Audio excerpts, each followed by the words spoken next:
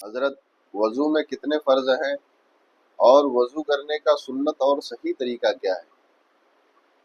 اور اکثر یہ دیکھا جاتا ہے کہ مسح کرنے سے پہلے لوگ اپنے انگلیوں کو اس طرح چومتے ہیں، پھر مسح کرتے ہیں، اور مسح کرنے کے بعد اپنے گلے کا بھی مسح کرتے ہیں۔ تو اس طرح کرنا کیسا ہے؟ ارشاد فرما دیں۔ جی دیکھیں، وضو کے اندر 4 فرض ہیں۔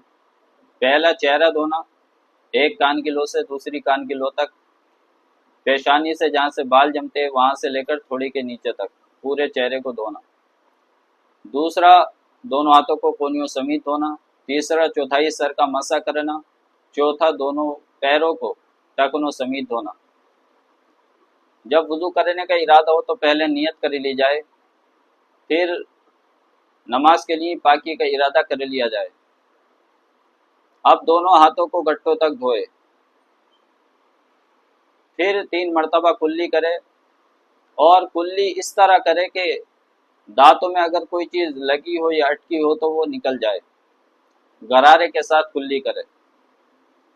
اس کے بعد ناک میں 3 مرتبہ پانی چڑھائے، اور پانی اس طرح ڈالے کہ ناک کی نرم ہڈی تک پانی پہنچ جائے۔ اب اپنے چہرے کو دھوئے۔ اب چہرہ دھونے میں بھی بہت سارے لوگ غلطیاں کرتے ہیں کہ وہ ہاتھوں میں پانی لیتے ہیں اور آنکھوں سے نیچے کو ڈالنا شروع کر دیتے ہیں۔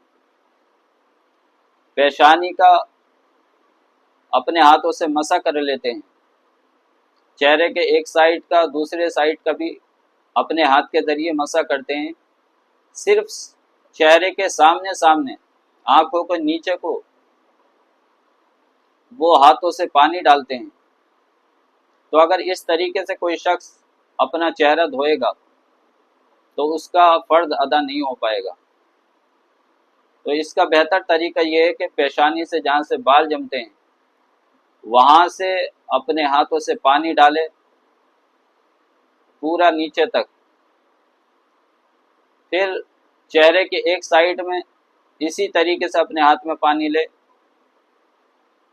اور چہرے کی ایک سائیڈ میں پانی ڈالے، پھر دوسری سائیڈ میں بھی اسی طریقے سے ہاتھ میں پانی لے اور ادھر ڈالے۔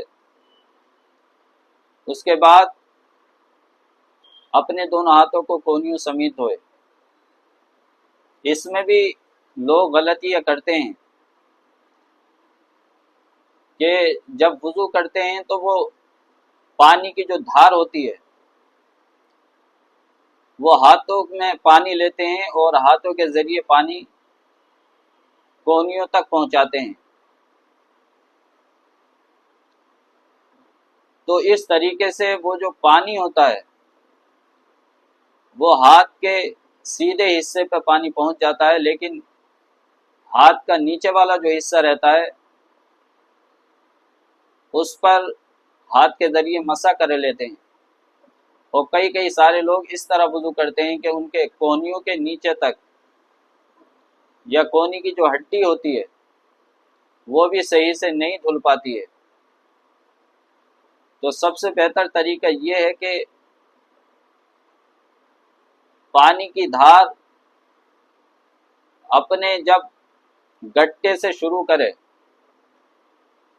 تو وہ کونی تک پانی کی دھار سے پورا ہاتھ دھوئے، پہلے سیدھی طرف سے پھر الٹی طرف سے، اس طریقے سے وضو کرے۔ اس کے بعد اپنے سر کا مسح کرے۔ جب مسح کرے گا تو اپنے انگوٹھے اور شہادت کی انگلی کو چھوڑ کے دونوں ہاتھوں کی تینوں انگلیوں کو ملا کر پیشانی سے جہاں سے بال جمتے ہیں وہاں سے پیچھے کی طرف لے کر جائے۔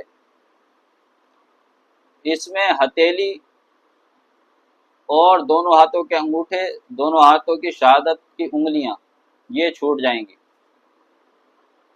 اب جب پیچھے سے آگے کی طرف لے کے آئے گا تو اس میں صرف ہاتھ کی ہتھیلیوں کو استعمال کرے۔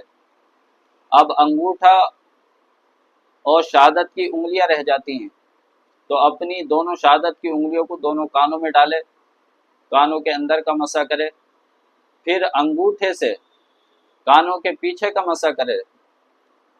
اب ہاتھوں کی پشت رہ جاتی ہے تو ہاتھوں کی پشت سے گردن کا مسح کرے۔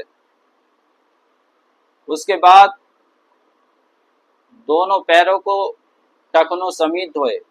اس میں بھی لوگ غلطیاں کرتے ہیں کہ اوپر سے پانی ڈالتے تھے اور پیر کے نیچے کا جو حصہ رہتا ہے اس کا ہاتھ کے ذریعے مسح کر لیتے ہیں۔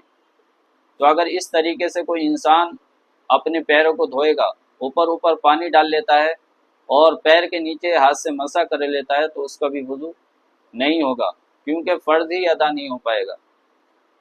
کیونکہ جب انسان وضو کرتا ہے تو جو چیزیں فرض ہیں،